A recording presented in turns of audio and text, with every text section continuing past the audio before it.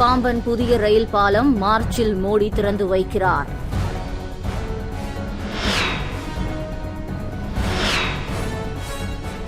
தமிழக வெற்றிக் கழகம் கட்சித் தலைவர் நடிகர் விஜய் Y பிரிவு பாதுகாப்பு வழங்க மத்திய அரசு.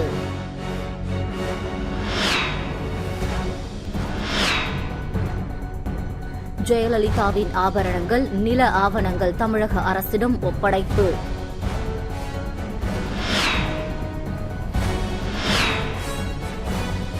புதுச்சேரி ரெயின்போ நகர் பகுதியில் பிரபல ரவுடி மகன் உட்பட 3 வாலிபர்கள் வெட்டி படுகொலை செய்யப்பட்ட சம்பவம் அதிர்ச்சியை ஏற்படுத்தியுள்ளது.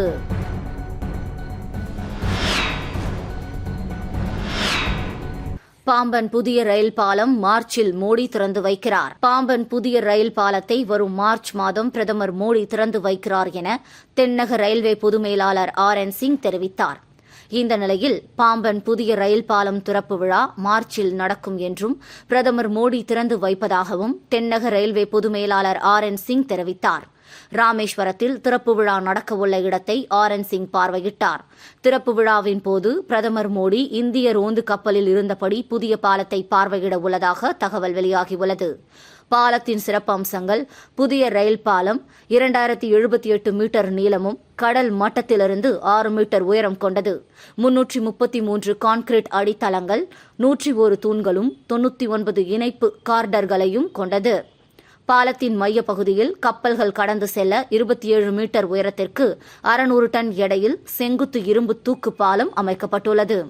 செங்குத்து தூக்கு பாலத்திற்கு அருகிலேயே 2 மாடி கட்டடத்தில் ஆபரேட்டர் அறை, டிரான்ஸ்பார்மர் அறை, மின்சார கேபிள் உள்ளிட்ட சாதனங்கள் வைப்பதற்காக அறை கட்டப்பட்டுள்ளது.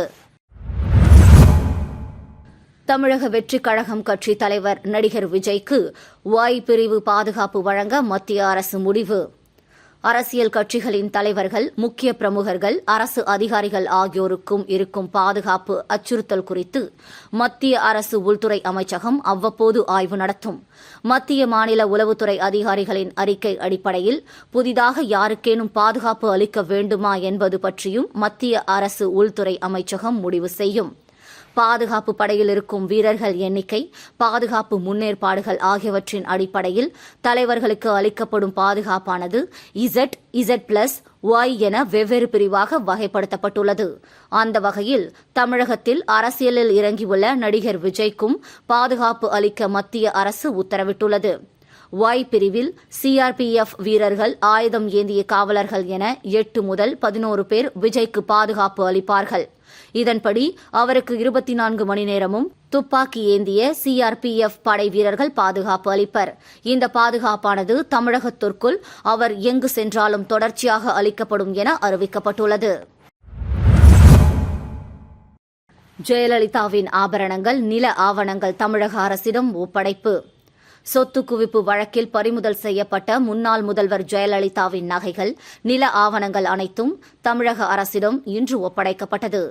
வருமானத்துக்கு பொருந்தாத வகையில் சொத்து குவித்த வழக்கில் மறைந்த முன்னாள் தமிழக முதல்வர் ஜெயலலிதாவிடம் இருந்து பறிமுதல் செய்யப்பட்ட தங்கம், வெள்ளி, வைரம், வைடூரியம் உள்ளிட்ட பல்வேறு அசையும் சொத்துக்கள் பெங்களூரு விதான சௌதாவில் உள்ள அரசு கருவூலத்தில் வைக்கப்பட்டிருந்தன. கர்நாடக அரசின் வசமுள்ள ஜெயலலிதாவின் ஆபரணங்களை தமிழக அரசிடம் ஒப்படைக்க கோரி பெங்களூரு சிறப்பு நீதிமன்றத்தில் வழக்கு தொடுக்கப்பட்டிருந்தது. இந்த வழக்கில் கர்நாடக அரசுக்கு வழக்கு செலவாக கட்டணமாக ரூபாய் 5 கோடியை செலுத்திவிட்டு ஆபரணங்களை பெற்றுக் கொள்ளலாம் என நீதிமன்றம் கடந்த ஆண்டு தீர்ப்பளித்தது. இதனிடையே சொத்துக்கள் தங்களுக்கே சொந்தம் என்று ஜெயலலிதாவின் அண்ணன் ஜெயக்குமார், மகன் தீபக், மகள் தீபா ஆகியோர் கர்நாடக உயர்நீதிமன்றத்தில் வழக்கு தொடர்ந்தனர். இதனால் பெங்களூரு சிறப்பு நீதிமன்ற உத்தரவுக்கு இடைக்கால தடை விதிக்கப்பட்டது. இவ்வழக்கு விசாரணை உயர்நீதிமன்றத்தில் நடைபெற்று வந்த நிலையில் தீபக், தீபாவின் மனுக்களை ஜனவரி 13ஆம் தேதி கர்நாடக உயர்நீதிமன்றம் தள்ளுபடி செய்து உத்தரவிட்டது. புதுச்சேரி ரெயின்போ நகர் பகுதியில் பிரபல ரவுடி மகன் உட்பட 3 வாலிபர்கள் வெட்டி படுகொலை செய்யப்பட்ட சம்பவம் அதிர்ச்சியை ஏற்படுத்தியுள்ளது. புதுச்சேரி ரெயின்போ நகர் 7வது குறுக்கு தெருவில் டிவி நகரை சேர்ந்த பிரபல ரவுடி சத்யாவின் வீடு உள்ளது. கொலை உட்பட பல்வேறு வழக்குகளை உள்ள சத்யா அங்கு இல்லாததால் தற்போது அந்த வீடு காலி மனையாக உள்ளது. இந்த நிலையில் இன்று காலை அந்த வீட்டில் வெட்டு காயங்களுடன் இரத்த வெள்ளத்தில் 3 வாலிபர்கள் கிடப்பதாக அப்பகுதி மக்கள் பெரியகடை போலீசாருக்கு தகவல் அளித்தனர். இதுகுறித்து தகவல் அறிந்த போலீசார் சம்பவ இடத்திற்கு விரைந்து வந்து பார்த்தபோது 2 வாலிபர்கள் உயிரிழந்த நிலையில் சடலமாக இருந்தனர். ஆபத்தான நிலையில் இருந்த ஒருவரை மீட்டு போலீசார் அரசு மருத்துவமனைக்கு அனுப்பி வைத்தனர். அவரும் சிகிச்சை பலனின்றி சிறிது நேரத்தில் உயிரிழந்தார். இது தொடர்பாக DGP Sathyasundaram, senior SP Kalaivanan தலைமையில் முத்தியால்பேட்டை, பெரிய கடை மற்றும் குற்றப்பிரிவு காவலர்கள் விசாரணை நடத்தினர். விசாரணையில் இறந்தது பிரபல ரவுடி தெஸ்தானின் மகன் ரிஷி, திடீர் நகரை சேர்ந்த தேவா, ஜே நகரை சேர்ந்த ஆதி என்பது தெரியவந்தது. இதனிடையே தகவல் அறிந்து உயிரிழந்தவர்களை குடும்பத்தினர் சம்பவ இடத்திற்கு வந்து கதறி அழுதது சோகத்தை ஏற்படுத்தியது. மேலும் விசாரணையில் டிவி நகரை சேர்ந்த பிரபல ரவுடி சத்யா கொலை செய்ததாக தெரியவந்துள்ளது. இந்த கொலையை அவர் மட்டும் செய்தாரா, கூட்டாளிகளுடன் சேர்ந்து செய்தாரா என பல்வேறு கோணங்களில் போலீசார் விசாரணை நடத்தி வருகின்றனர். புதுச்சேரியில் அதிகாலையில் வாலிபர்கள் வெட்டி படுகொலை செய்யப்பட்ட சம்பவம் மக்களிடையே பீதியை ஏற்படுத்தியுள்ளது. திருநெல்வேலியில் இருந்து சென்னை நோக்கி வந்த பேருந்து ஓட்டுநர் மாரடைப்பால் வியாழக்கிழமை நள்ளிரவு பலி. திருநெல்வேலியில் இருந்து சென்னை நோக்கி 40 பயணிகளுடன் தனியார் ஆம்னி பேருந்து வியாழக்கிழமை நள்ளிரவு 11 மணிக்கு புறப்பட்டுள்ளது.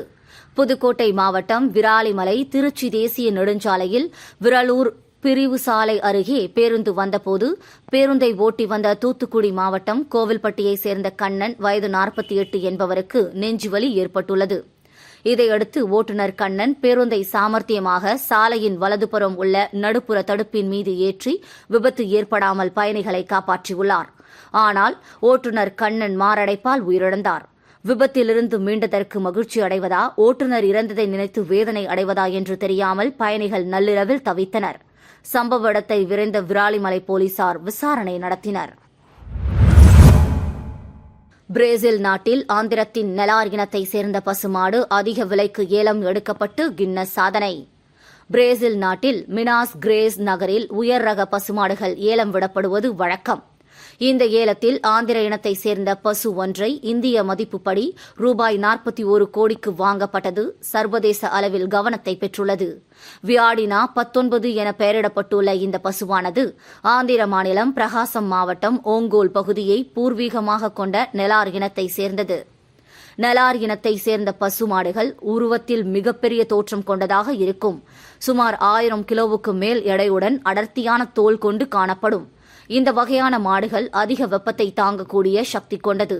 அடர்த்தியான தோலின் காரணமாக பூச்சிக்கடிகளால் பாதிக்கப்படாது. அதிக நோய் எதிர்ப்பு சக்தி உடையது. இந்த நிலையில் கடந்த சில ஆண்டுகளாக வியாடினா 19 பசுமாடு அதிக விலைக்கு ஏலத்தில் வாங்கப்பட்டு அனைவரின் கவனத்தையும் பெற்றுள்ளது. 2023ஆம் ஆண்டில் $4.3 மில்லியன், 2024ஆம் ஆண்டில் $4.8 மில்லியன் வாங்கப்பட்ட இந்த மாடு இந்த ஆண்டு சற்று கூடுதலாக $4.82 மில்லியன் வாங்கப்பட்டுள்ளது. உலகிலேயே அதிக விலைக்கு ஏலம் விடப்பட்ட பசுமாடு என்ற கின்னஸ் சாதனையை படைத்துள்ளது. மேலும் சர்வதேச கால்நடைகளுக்காக நடத்தப்பட்ட அழகி போட்டியில் கலந்து கொண்ட வியாடினா 19 மிஸ் தென் அமெரிக்க விருதையும் பெற்றுள்ளது குறிப்பிடத்தக்கது. 50 வயது ஆணுடன் 18 வயது பெண் ஓட்டம். ஹுப்பள்ளியில் 50 வயது நபர் 18 வயது இளம் பெண்ணுடன் ஓடினார். மகளை கண்டுபிடித்து தரும்படி போலீசில் பெற்றோர் புகார் அளித்துள்ளனர். ஹூப்பள்ளியின் சாலுக்கியா நகரில் 18 வயது இளம்பெண் வசிக்கிறார்.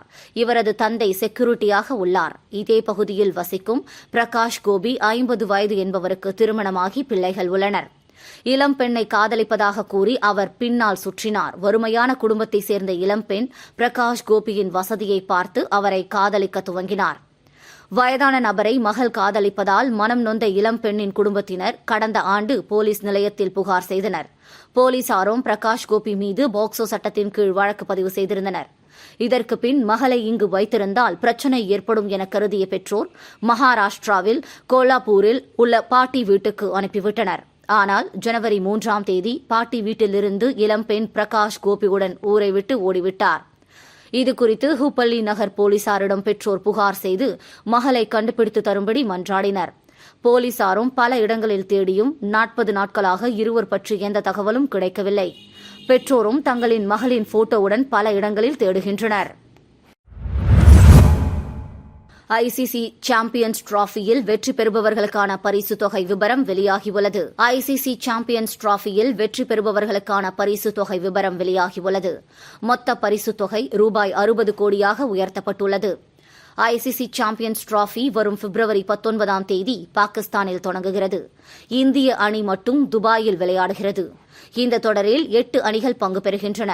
வங்கதேசம், நியூசிலாந்து, இங்கிலாந்து, ஆஸ்திரேலியா, தென்னாப்பிரிக்கா, இந்தியா, பாகிஸ்தான். இந்தியாவின் முதல் போட்டி பிப்ரவரி 20ஆம் தேதி துபாயில் நடைபெறுகிறது. வங்கதேசத்துடன் மோதுகிறது குறிப்பிடத்தக்கது.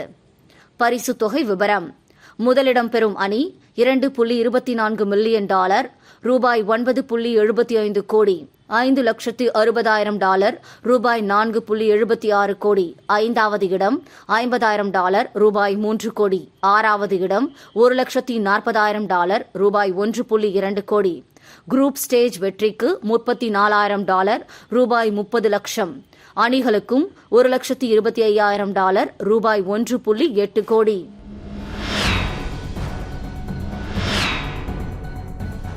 பாம்பன் புதிய ரயில் பாலம் மார்ச்சில் மோடி திறந்து வைக்கிறார்.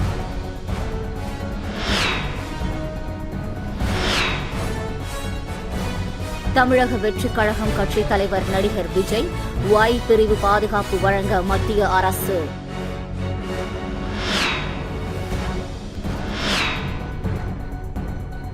ஜெயலலிதாவின் ஆபரணங்கள், நில ஆவணங்கள் தமிழக அரசிடம் ஒப்படைப்பு.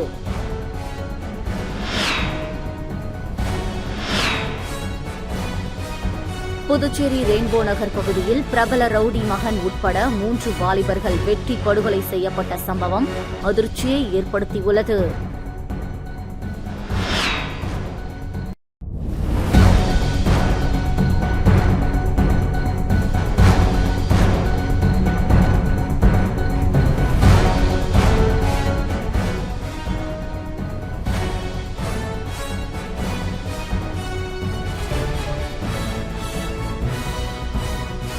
நம்ம சேனலை சப்ஸ்கிரைப் பண்ணுங்க, லைக் பண்ணுங்க, ஃப்ரெண்ட்ஸ்க்கும் ஷேர் பண்ணுங்க.